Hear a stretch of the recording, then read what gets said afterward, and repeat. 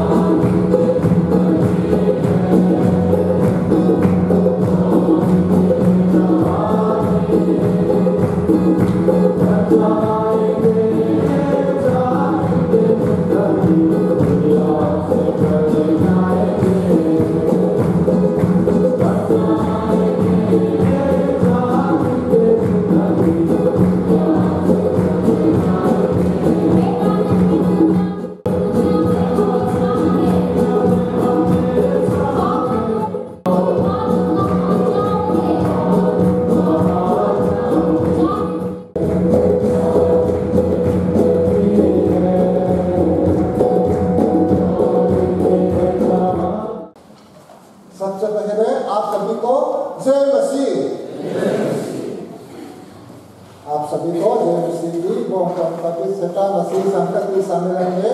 आप सभी का हार्दिक स्वागत है और इस सम्मेलन के लिए आप सभी को शुभकामना देता हूँ। परमेश्वर के वचन आए हम सुनते हैं। पथियां धुई रोमाय छातु हम समसम धु ललपा चोनोय हिम तकिन आरो लोम चुंगिन ललपा रोमोला प्लस चुंगिन अमा रोकल रो ललपा चु पथियां दिशन रो बिरसियां चु माचु लिरा अमा ता कंदी अमी को अरम तत्नम ना बरा को कंदी लोम चुंगिन ललपा रोमोला प्लस चुंगिन अमा रोकल रो आमेन। पथियां है चंचायु ओलपा kan pathian kan pa du takwan no kuimi yukham ai kai suai ne he mission na kan wa manate ataka min ho tentira bom kon pastor dia nasi santati ko mui min suai kan wangin kan lo he na lo tu kan se iminga kan dia ana in lo kuina chamanche la iswa kristan hin kan dile amen।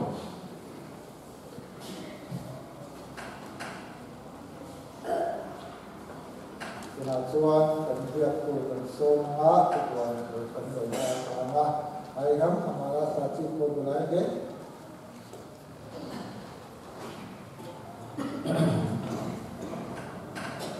सबसे पहले आप सबको जो हमारे सम्मेलन में आए हुए प्रत्येक सदस्यों को परमेश्वर के नाम में जय मसीह। सबसे पहले परमेश्वर का धन्य हो, उसने अनेक दिन के पहले से इसी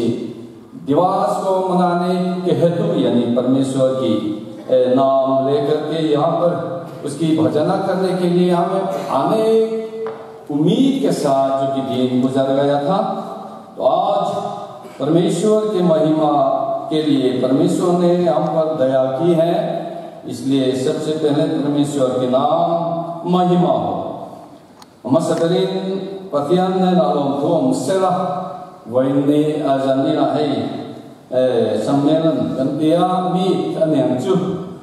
kan trong dang chuan kanan theng boy na khota leram ang to lova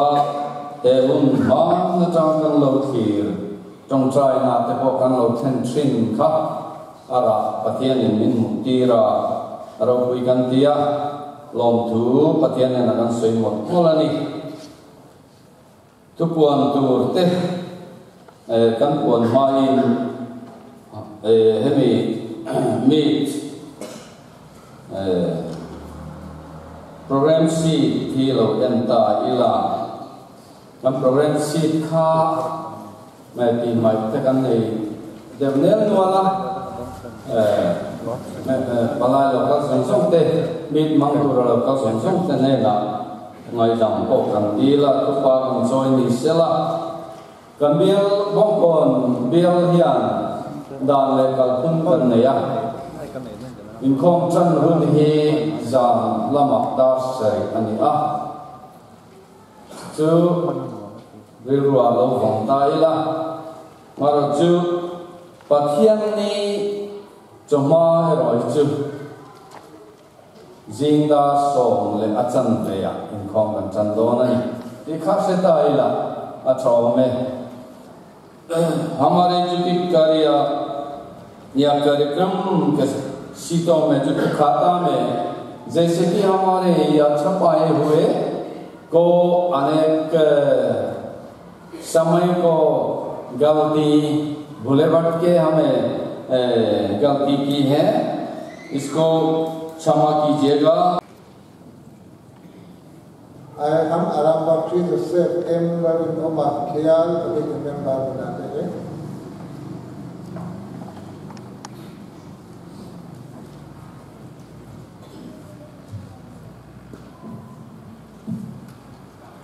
सबसे पहले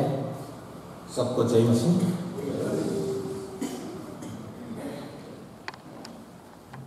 पवित्र बाइबल से हम पढ़ेंगे तिमोथी के नाम सेंट पौलुस का दूसरा पत्र दूसरा तिमोथी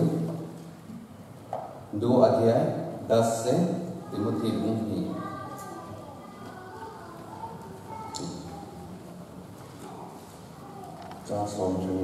10 से हम पढ़ना शुरू करेंगे।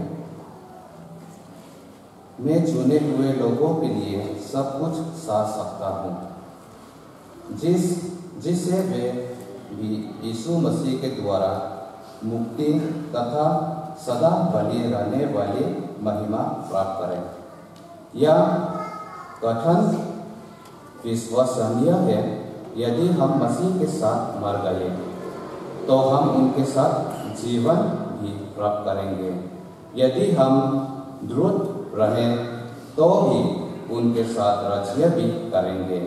यदि हम उन्हें अस्वीकार करेंगे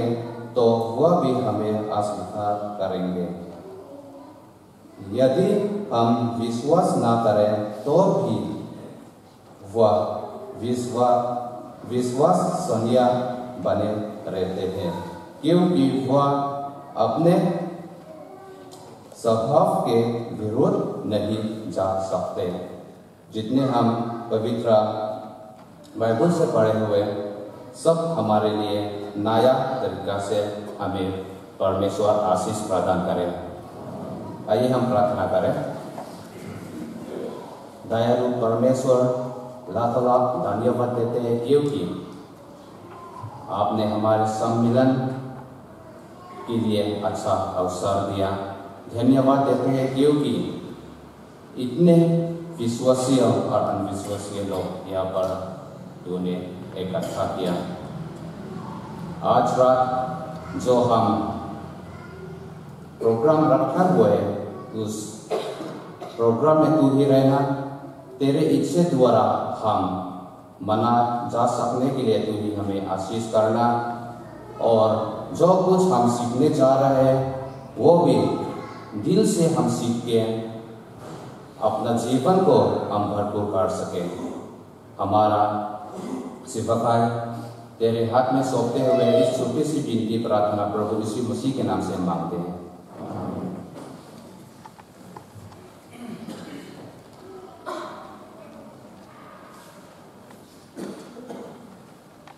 Yang mantumila tunahian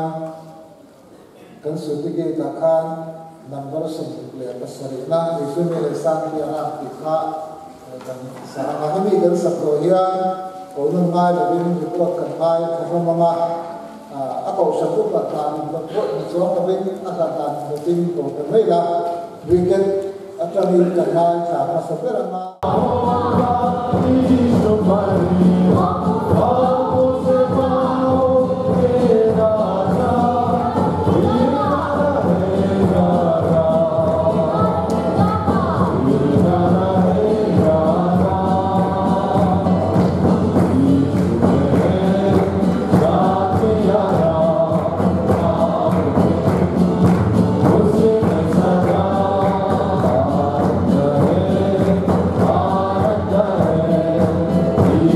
Yes.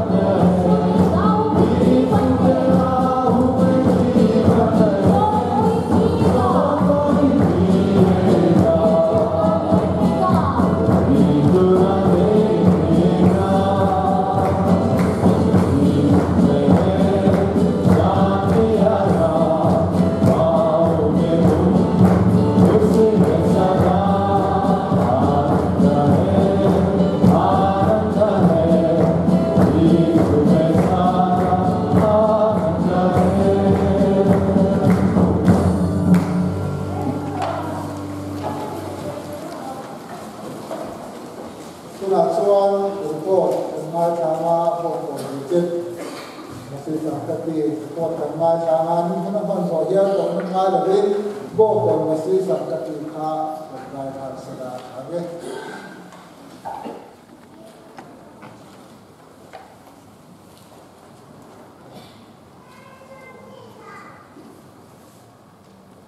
इस कौन पादरी क्षेत्र के मसीह संगति सम्मेलन में जितने आए हुए हैं आप सभी को हमारा प्रभु यीशु मसीह के नाम से जय मसीह खाजो खाली मुझे तो बड़ा ले लोना को मसीह संगति और तोय लोना खाओ kan sanggati hi kumsang ni som pasal kumati na nila chuan kumati me ma tu na he som he karon me ani tin kumin chung yan kumati voi kan nei to a tin ring thar hi kan nei nge kan nei tam lem lawa ring tu po hi asan pa takin chung kwa kan nei lawa kho po kan nei the lawa ni a chuan chon tu na he kan din kun chu ring tu nam dang zinga ring tu kan nei chu mi pa pa kan le ni chia kan ani a chu ani a kan zawa in permanent ang dewa an ko ka ria chu a de ring tu chu mi pathum ani a in kan ko kan chu wa ho chu wa hian ring lo hi mi azat chia kan chia lem lo wa kan da ta te kan la khom te a different le lo wa tu na hian kan chu khom vel da chuan al tem de rami sa som ver chu ni kan lai ani tin sangati hi ka soita kha di khom kan nei sang thei lawa asan kan nei thei lawa komite ro chu kan nei a tin zai pon po kan nei thei ani tin sangati pon hian Sunday school kan la nei thei lawa yang chuan ni adin komit chu hian crusade gospel crusade here report form hian crusade hi vai ni kan nei to a chuan kan mang la tin kan report kom chu han kumin chu a hian baptism chang pakhat kan ne ya baptism chang ta khi tuna hian kan vek chu anom ne to lo a kan mo le to chu vek chu kan la tin kumin chu a hian report form on lan da ang hian sinod lama income the condition sang lova pathian rama samparu pen no wamin sinod lama sum the kan nei dem lo ani tin sum tho so kumina he kan nei em lo ani tin sangati ro bona ma sabna hi kan nei em lo wa kan ti pathian ko ena zara kan the top top ka rum kan ro le ro man kan lo siam te kumbul tra committee na kumina chon chu te chu ti ni set ya kan han government te kan che chu na vel tu na committee na kan ra chi te chu pathian za kan ti thei na ti lo king thei zela non ale tin sangati ro bona hian one day crusade te kan ya tin bial program te chu ma tin kan chong china kan bial chu kan ko kan area chu ma ni mo pol la ma ni mo chu dia bial huwa panga kan chet dia la chuan te ang na te chu ani ha wan zan lo ka ami chim ven ko kan area ha bial program ko khan member te ba the ang kal ko ka chu chuan ma kan na chu ni tin kan mara da ta wi kan chet da he crusade chu kan ni bok na in one day crusade da ten kan ne ya crusade ki chu tem takin kan nei tam lo wa tin kan ro bola shim hi ring lo te te na chang chen chashi la kan ro bola kan fe chu cha lo ma kan tir ko te kan te ne na kan fe chu cha lo ma tir ko te ne le lo bo ko kan fe chu cha ma ko bo ani in chu ba ka chuan kan ko ran kan bial chu mai lo area te le tin pastor bial ai zo no pastor bial am chia te zaya fe chu na te le area ko danga fe chu na te ko kan nei ko ka tu ju zai ko ka che te na ani chuan report chu dang ya hian kan report du chu ni som pati ka som pali ni som pati ata ni som pali khanga sa ni som ko tum chu khan tu ri ni area mi kan pui ko sana ya hey tuna kan secretary ni me OHP zone he speaker ani kan ko sana kan masi sangati vice chairman ani ro na he kan to ma zai ko ni kan zui the no le ni tin dang le chuan ai zo no area ni som ni pa ni le ni tum khasari ani ya khasari si ko kan ne ya kan zai ko kan zai ko ani tin adang le chuan ai zo no pastor bial sammelan king su thia ko sara ni som ni pa ni kaso sang su ni patuma khan me ani he ta ko hian zai ko kan zai ko ka kan no le ani kang so kha kan ko te ya report pe tu hi ke sial sial ta Rebek ko kan masih sangat secretary kan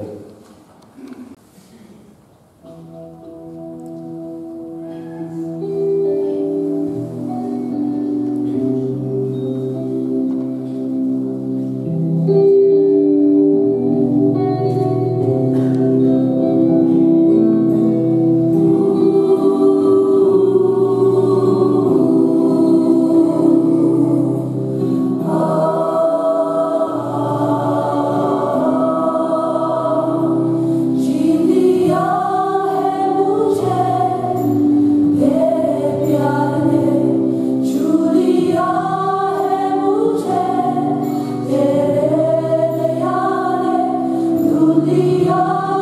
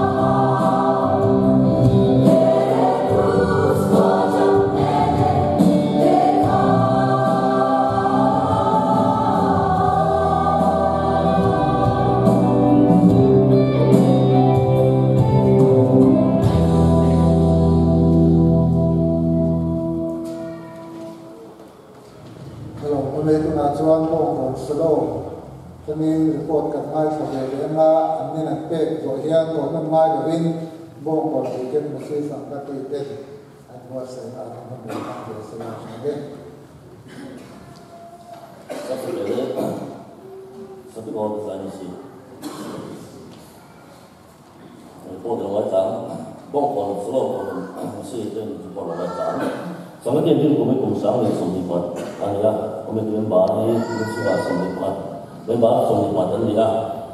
ko to so ko ni kan de sa ti me chwa ko nga kan ni to a sang ke din ko chua le ko za ti ni ba pa sa ni me sia pa ni lo pa pa na wa ni pa wa kan me le to ya ko kan ko chua ni lo ko za ti a sa ti kan so de lo ma lo ko so le som ko be ni kan ni sang ke a ha ko me ở đây thì chưa có tiên ra tập tôi cũng tham gia trong này thì tổ chức anh nói ya in sáng nay cô lên sân đây cô ấy vẫn này thì chưa có này thì có một số có cái phụ sự để ra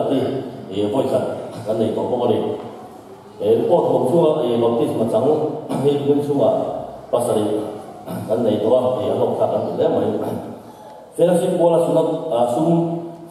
thì là sum hùng đàn thì cũng cho nó làm nhiều cái này sang cái điều mà là mấy tháng sau đó thì cái tiền hồi ra ra cũng phải hắn thật là liền là cái bảo nó tốt rồi sang cái điều mà là apa là lắp quý hiện tại là evangelist này cho mình cho nó một vấn đề chính là một hay đây là chúng mình cái này đó nên riêng của mình đây riêng số đó có đến cái evangelist này một số số thì phải số thì là anh đi ra đã lúc thì ông bố là vui theo ông thì thế này tiền trong đi bác kia này cũng sẽ vấn đề cũng sẽ là anh đi vui chuyện trong này đó là những lính tuồng ra cái bậc của anh đi ra tiền lính lộc cái sông bồ bồ về anh đi từ là từ từ sau ấy thôi lính thang baptisma pasari anh đi ra cái sông này anh có thể chịu mấy xe có thể tu lần một đó assistant secretary bong kuasa masih sangat di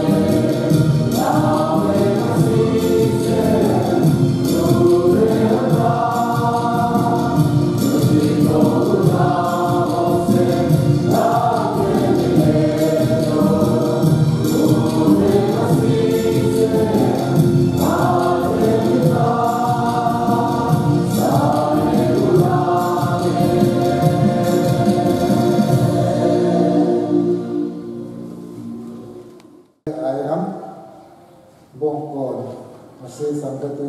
से रिपोर्ट सुनाएंगे। इसके बाद प्रेस्बिटेरियन Hindi Bible school विद्यार्थी से गीत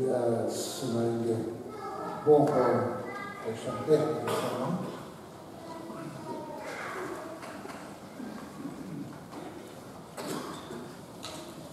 मैं प्रार्थना करता प्रभु यीशु के नाम से खोजे मसीह।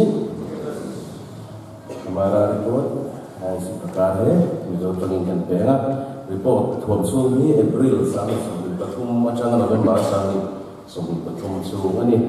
sanggati bing bong kon ko kan masih sanggati din kum sa tin de paruk committee member sa di office bearer paruk mama committee member sang ni Papua ex officio paruk dan in samli pakhat kania report home sunga committee nei za thi committee executive committees par voi riat le office bearer meeting voi thum vai voi som pakhat ania sandati home sunga ring to za thi bipa som pakhat mai chia par la pang pathum aba in sumni ania to home sunga ring lo za thi mi zani suwa jang sa thum vel ni hin kan su ta chim ka an lo le a chu tian ke chu ni bang thak re an ni a ni songa tanga sa thum bor vel yan kan han shoot vel ni sangati asanga in komin nei them ti hi kan nei theya sangati polin sunday school nei them ti ayan kan nei theya report from sunga gospel crusade nei za thi chumli kan nei ya report from sunga baptism chang kharza ti pakhat ania sin fellowship bola sunata sum thelu za yan chengoi ka sing thum sa li za kwa sum ria kan thelu theya sum hu da tang ku hi sawma pakhat twal chung le sunday school tholo ania eba ka yan en kan zai ko mo te le enge mo fellowship ina ka mo liam tham hi do shali minti sabok china tu kan asum da anni sanggati rongbon na hasana sanggati rongbon na hasana mai mite yan hasana omsan lawan chanla ero angai kantia tin sanggati rongbon na malagan tang kui tegen crusade ka ichina kanan ti sedong kan crusade ni a tin sede school kan nei thaya tin sermon ni khom kan nei thai boka tin kumina yan komiti bial siam ani le a komiti bial pariat siam ani a kan do kon sung hi komiti bial ya ta siam ni in member bagi pengawer amin kan vina te kan siam ma chung te chuan kan komiti bial chok te kan vil ve chi ani tin kumin berual tha akhan ndanga kan do ti chinangin asanga ko hanu pa biala berual tha kan man lai khan trong khan sanggati ten ring lo ve pui tha kan lo nei te boka yang chuan tum hi tum lai kan lo fe chua pok ani tin hei ba ka hian zai bol ong na kan fellowship hian kan nei theya sanina pok khan ka ong na anon nei thei a tin chu dang report ngai ke hian kan soi tong khan sanggati zai bol kan din theya kan sanggati zai bol te hi kan fellowship ni nung tu tak te an ni a rongbol na kong sang fellowship mai ba ka ko san ta ani angin to rongbol na sang yan standing choir kan nei te ani boka sevel re ani program bon na ko mai kan sanggati zai bol te hi ko rongbol chung rongbol na ba ka hian convention ate rongbol na te zai rongbol na ya awareness campaign a yan kal suak nual mo ka kumin ayan khadla te ram huna te sipira te tin mon da te po ten chuan ani a tin hindi service ate po hianin kan zai fo boka tin area meet ta khan sile khan kan zai theya rongbona han nei theya tin a zong pastor ya biar samelan tin su the nei khan kan zai thei boka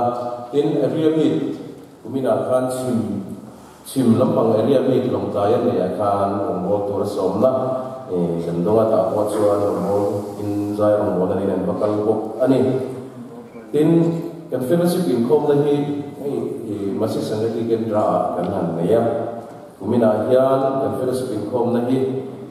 masih sanggati dia in asangin kan dia in bangsunga roman me kania Desember alo han tuhian roman me kania tulason Desember kasunghian he kan beses ngati kom tu hi peiman tum ani hangso kan report he ani report tu hi pu jadi lan tengah ke home secretary ani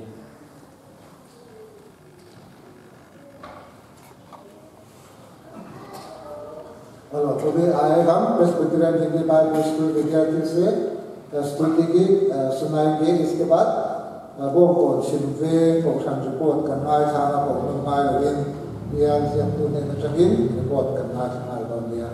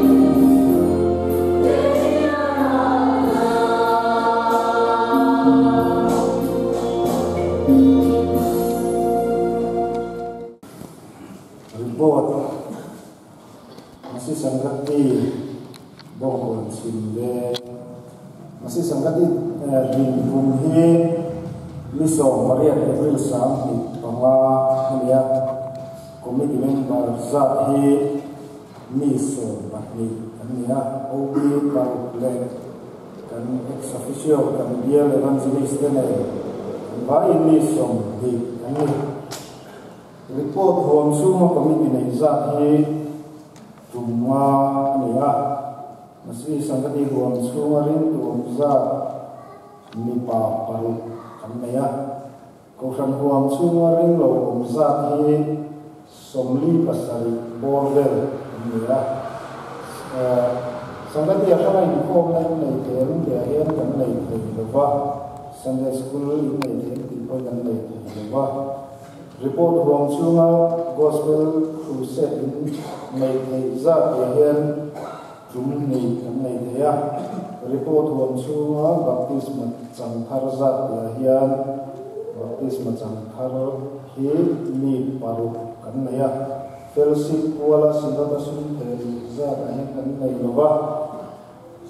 sum mudan lam puite dia to hianin sum hi ako masih sangkati komiti di kan dia ba hian sampain kan thok chuak lem lawa hi to san khi kan sum berania kan dule mamote ko san komiti kan sena chu tin chuan kan sum mamote ko kan komiti min do mai thrina ni sangati rong bol na har sana um chuan dia hianin ko san ko chu ma hianin ni mahar sabla chu kan nei lem loba ei kan vai ko te hi mai am kan ven chu ma vai ko te ko hi an fele maya ki an nuama lokal ruo han ti chuan in an lokal maya an zi ma rong bo to hi me ma har sana kan nei lem loba ni sangati rong bo na phala dan tlang pi te hianin kan kan ruam chu ma hianin tum ni one day crusade nei ania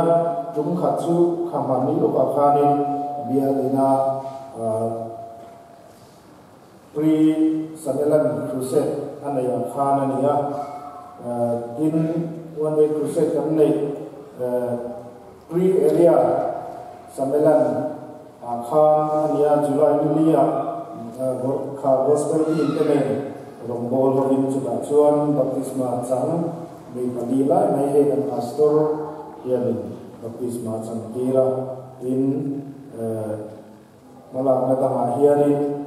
kan bial di prote rombol durang kala kan bial kan fangian lo troi rote ani de na han ti ho rote in tu le in lo in de po ani chu dia am lo kuan te chu de chuan hun de hong china in malak na han dia khanin malak chu ani vet ko ma he kan Samelan sendo na hianin ko kan te kan in buat sa maya ina masih sangkati komiti te po kan lo jam na support maya he ko kan komiti in vai te ron form don sia in la zirmate kan han maya ko kan in khoma bilai sana te atiami chu wa te chu ni chuani helaya in buat sana adok ken kan lo zam na support maya adok ken azau sia alon kala ni an tle pi on ti chu kan kan bei sei nam che bok si lo chu tin chu ko fan dang ho kha sangati fellowship dang ho kha te to bin ro si wa me kan han be se ya kan ko fan chen kha sam bin ka sari bor le chu kan ne ya ani tlem ber kan ne ya somwa ve ron ko chu kan duma somli pasari chu ma kha chu dia chu kan ne ya zachuang ve la ya kha in nei ve thlomin kan ria ado chen zau sia atla kha le mang ti lau dia ni in masih sangati ten trong pai ruang na kan lo nei china Samelan ro tin nei nam te le khan te in KGP pavalai in form sama te trong pai ruang Samelan volume kan lo nei china ro tin ka manani nan in chu dang te ti aian area mi July ni sampai ni tum Celestia ni akharin baptisma chang ni andi kan nei lau maya kalau kan ya ni pre Samelan kan area Samelan akhan namdang kan so na Samelan ya kami akan crusade te kan nei boka vai ho te po helaya Bethesda renovate tu te hi an phur tlang le maya ei nak tu ka te ko nge sa siam tu tu ra te ko an ron khok chuak thei do na kan pavalai soi tu te ko an ron pui thei do na hei kan ron bo na ra ani kan sia lo men kan ti le a in ba ka ani hi Christian intigam sang lai sa kan le na te ko baptist pa te lo ti ngam khok te kha an lo nia chu chu an ni la chu ram chuanin e kan ron bo ta hian ra tha ta chuanin kan thre kan lo le maya tin ba ka hilaya community te kam lo te ma ni la in thurwal kham lek kan nia tin plazir chu cha ma te le tin ba ka hemi han fe chu vela te ko hianin chu tian kha tian chuan lo tu lo wo han dia te ko hianin kan han thak chu khabio zela amaro chu kumpupa ve ta ta lom te kan nia athalai lo te che chu a hianin hei kan bial treasure te chu virvat vat zela amaro chu ni la nei chi da wa hianin te ni na ti tuan nufun lewin kan sri nakina chuanin atha sawzel tu te ko ngai la in chu dama hianin hei midang khanan report le lo masi sangati area te bial yang chiama samelan kan nei tapi ngai ni ko fran ko ma ni la za hianin report committee kan te ti china hi sangati te kan rong bo na hi ko fran ten nim siat puya ko fran rong bo na ni ti hi kan ko sana he na lam chu chiang lai kan sia chu committee te ko kan long de ni asan kha kan report te thai ni a report tu I manel ba na sia ma secretary ko kon sin de ma si sangati report khai khom na kan te don ni a kan mai thak to song song na kan mai thak to song song khai khom na te kha ani a chen chu bial bi kamala na te bo kan an sei te don ani I kalau serta ila chome hei pon pastor bial hian evangelist pani kan ne ya chu te chu evangelist John Lord Omade evangelist Bijoy Guru Mate ni ni he richane mai ni biar suma sur emo adin chia emo atrop emo so ni lovin za olong lovin nan fe chu renani tikha lo seta ilan biar chu ko santin te hian chome an evangelist te an ta fle ani perna biar chu an lo thu asoi tak setani tin biar committee di kumena hian hoi thum kan nei to chuan OB meeting hoi khat nen avai hoi bi committee kan nei to ni chu biar big ka chuan biar committee member amsa thi OB par nia committee members som di pakhat nia ex officio som pani nia kan vai chuan som tum pakwa kan ni tin bial chu ko sang masi sangati fellowship dingza hi pakhat nia natinga fellowship kan tisia kan ti mai theya kha hau jong kha fellowship committee ani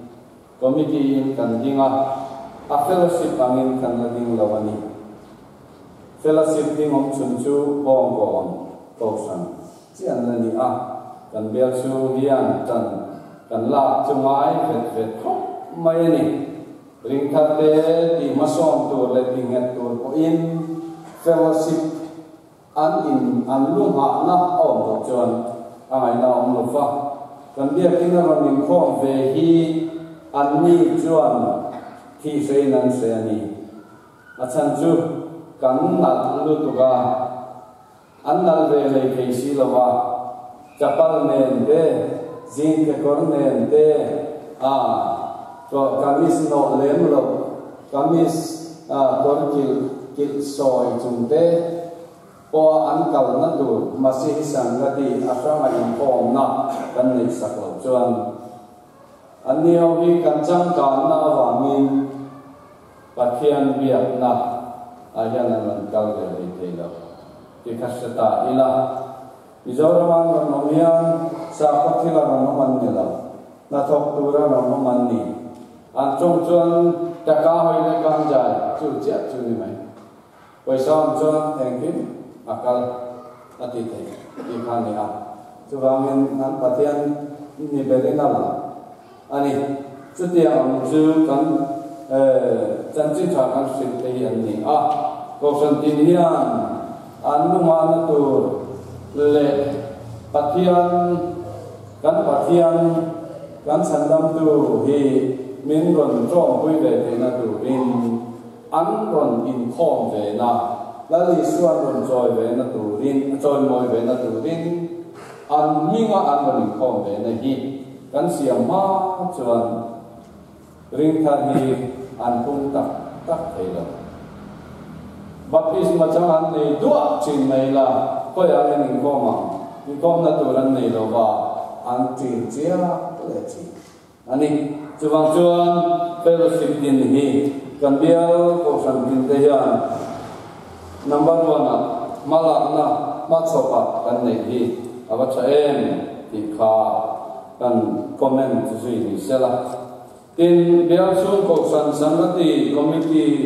chau din na te ko san pathum kan ni kan bial chu aya sangati committee chau din na ko san pathum ko san pali kan oma ko san pakhat chau masih sangati adina an polin Sunday school an neya an polin in khom na sang an neya an o me mani ikha kan sei du Mizoram pum hian bong kon pastor bial hi an chung en feka bong kon pastor bial la changin pur an chawani chuwangin bong kon pastor bial hian masih sangat kendra office kan neya Bible Presbyterian Bible School kan neya achut mun kan ne masela masih sangat din ko achuan bial dam ai kan fual si kan inen chen chunga mai thei ani bial chung ko san sangati in khom san na le chun bong ko ko sana hian masih in khom na hian ka in khom ve china nuam ka ti le ring thar te kan suaya an mani pualin Sunday school zirlai an zira nuam ye mani azam changkha katia en ton ata na chale in kasia ani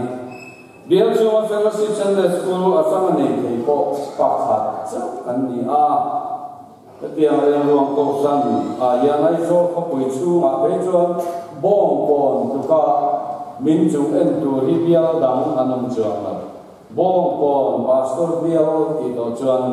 vai tam na mun vai sing rong bol na chut mun ma na chang to a chut mun ani ni chuan an ri ro tu om chu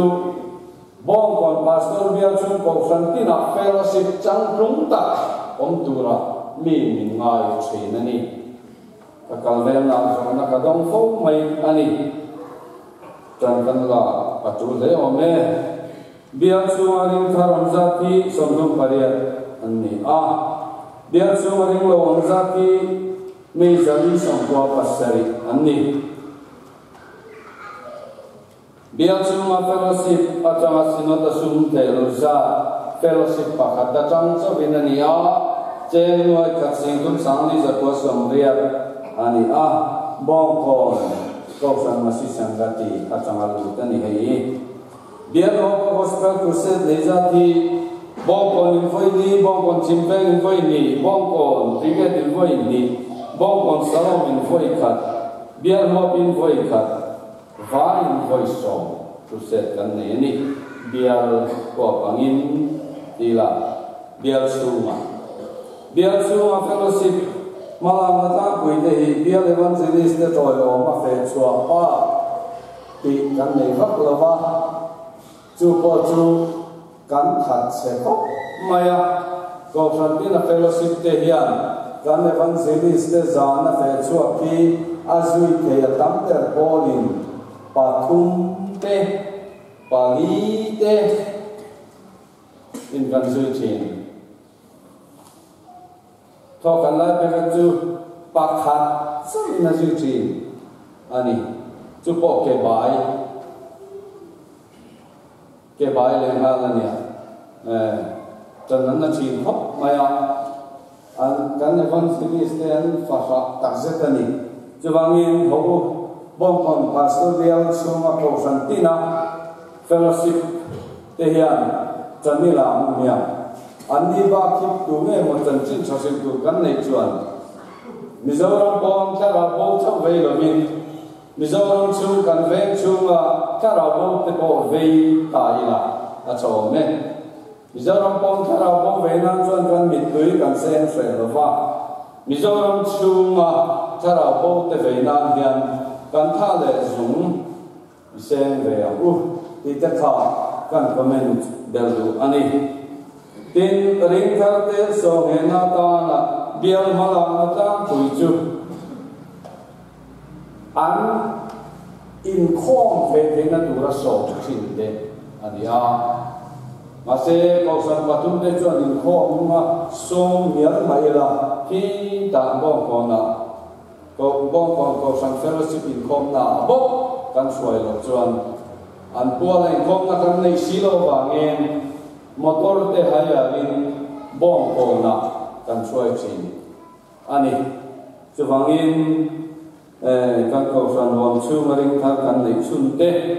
karalama so nge na te nei turin asama an puala an tong siat so nga kan in khom pui thuai te na kan la atul le mai ani biar chumaring thar din mun hi mi pa som ni pali kan koma me chia so ani a nau pang hi pali nia kan vai kan biar chumaring thar kan ne de chu mi som tung paria ani mi jari som bua pasari mi so na soi tu kan la nei a soi tu rin pastor biar dangami te amno kalanga lawang cái mani kan ti angai lo me mani to del sin nam kan ni kha se ila mi dam te min ron fik siak sa be se lovin cái mani sil ve ya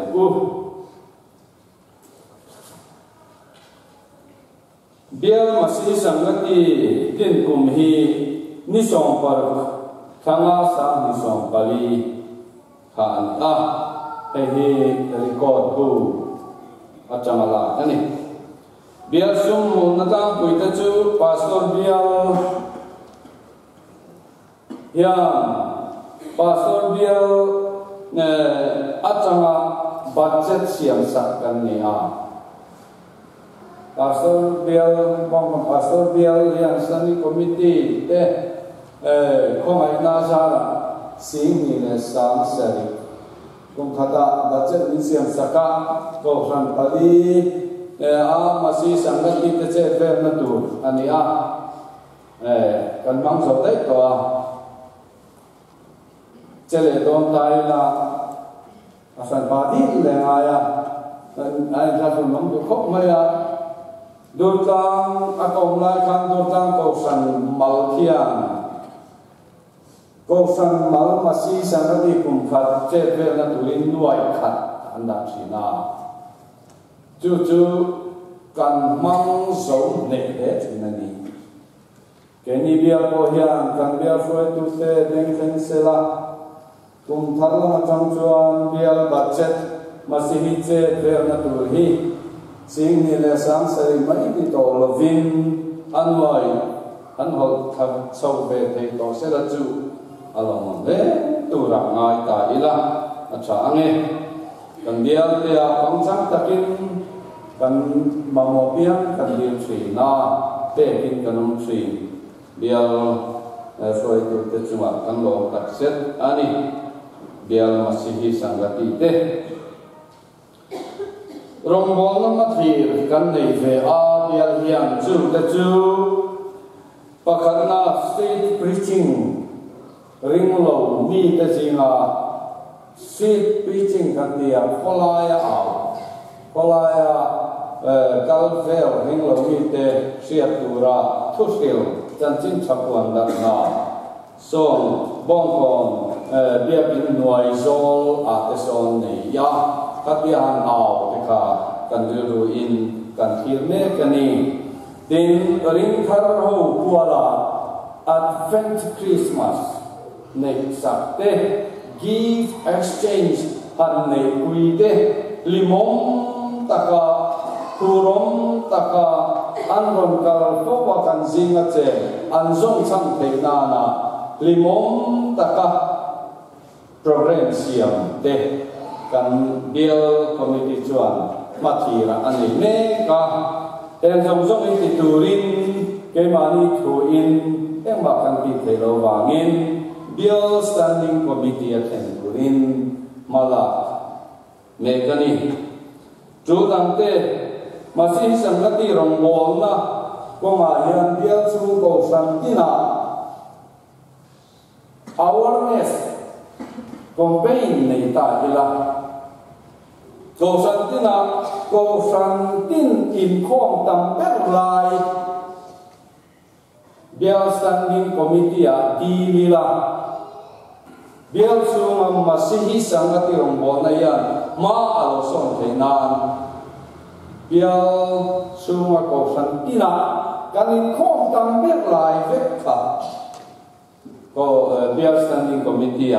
min len ti sakturin di la ti te kha kan ma chok me kani a bial ko tu te ne na kan di huna kan lo cham tura kan in ngai lo ani kan ba ka khan trong rangin an titaila हमारे चुकी हिंदी भाषा में कुछ सूचना सुनाना चाहूँगा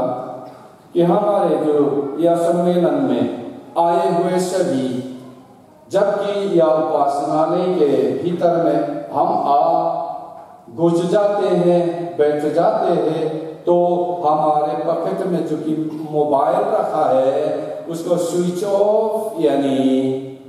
कोई silent mode में रखने की प्रयास करेगी कष्ट कीजिएगा कल सुबह जब हमारे उपासना ने शुरुआत होगा तब से ही हमारे याद में रखने की कोशिश कीजिएगा कोई दोबारा बताने का कोई जरूरत ना पड़े एवं चूंकि हमारे शौचालय है नीचे कोठरी में है नीचे में है वहां पे साफ सुथरा के अनुसार हमारे शौचालय को इस्तेमाल करने की प्रयत्न न कीजिएगा समझते हैं ना सर अच्छा जल यानी इन सब चीजों को इस्तेमाल करने का तरीका हमें कुछ समझदार के रूप में करेंगे कष्ट कीजिएगा और जरूरत कोई सूचना है तो कल फिर से दोहराने की कोशिश करेंगे रिपोर्ट करने के चुका देखा लो ने खास संगति Bosan sama-sama report dari memperketatkan mengenai saat ma sona aku kaya lea itu sama-sama ma sona kalau le lekin dan besarin saya boleh pun maksud coba namoy tetap mengenai saat le lea Presbyterian Hindi Bible School विद्यार्थी से बहुत सुंदर गीत सुनते हैं हम बहुत खुश हैं आइए हम हमारे कार्यक्रम समाप्त करने जाएंगे पहला में स्तुति की नंबर 62 कंसाना निकट संबोधियान उपहार दुआमा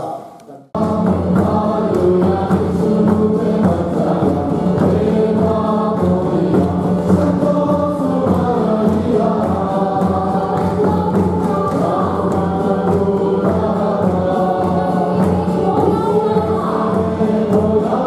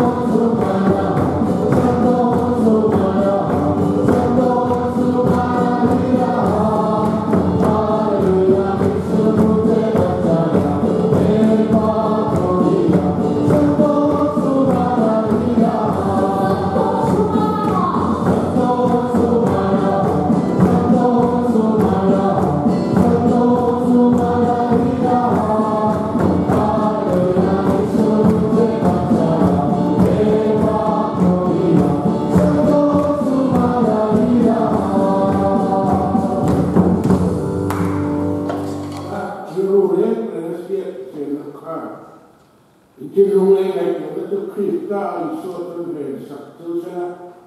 While the Palestine became also when the life several not to go something. Ram dinner in that to the point of the faith.